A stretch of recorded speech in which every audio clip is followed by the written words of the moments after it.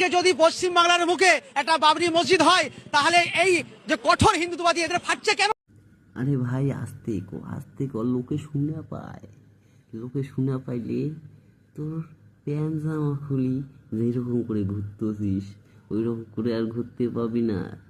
তখন ল্যাংটো করে তোর প্যান্ট জামা টাই নিয়ে খুললে তারপর ওই রাস্তা দিয়ে তোকে হাঁটাইব। আর এটা বড় লজ্জার বিষয়। আরে কি লজ্জা, কি লজ্জা। বলেছে ভেঙে দেবো, ওখানে মন্দির করবে, মায়ের দুধ খেয়ে আছে, আসতে বলবেন তো। আর কি বলছিস যে বাবরি মসজিদ না? বাবরি কি তোর বাপ হয় রে?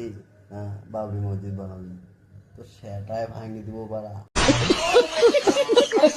বিহার নয়, এটা গুজরাট নয়, ওই নরেন্দ্র মোদী থেকে নিয়ে অমিত শাহকে বলে দেবেন এটা গুজরাট নয়, এটা পশ্চিম বাংলা।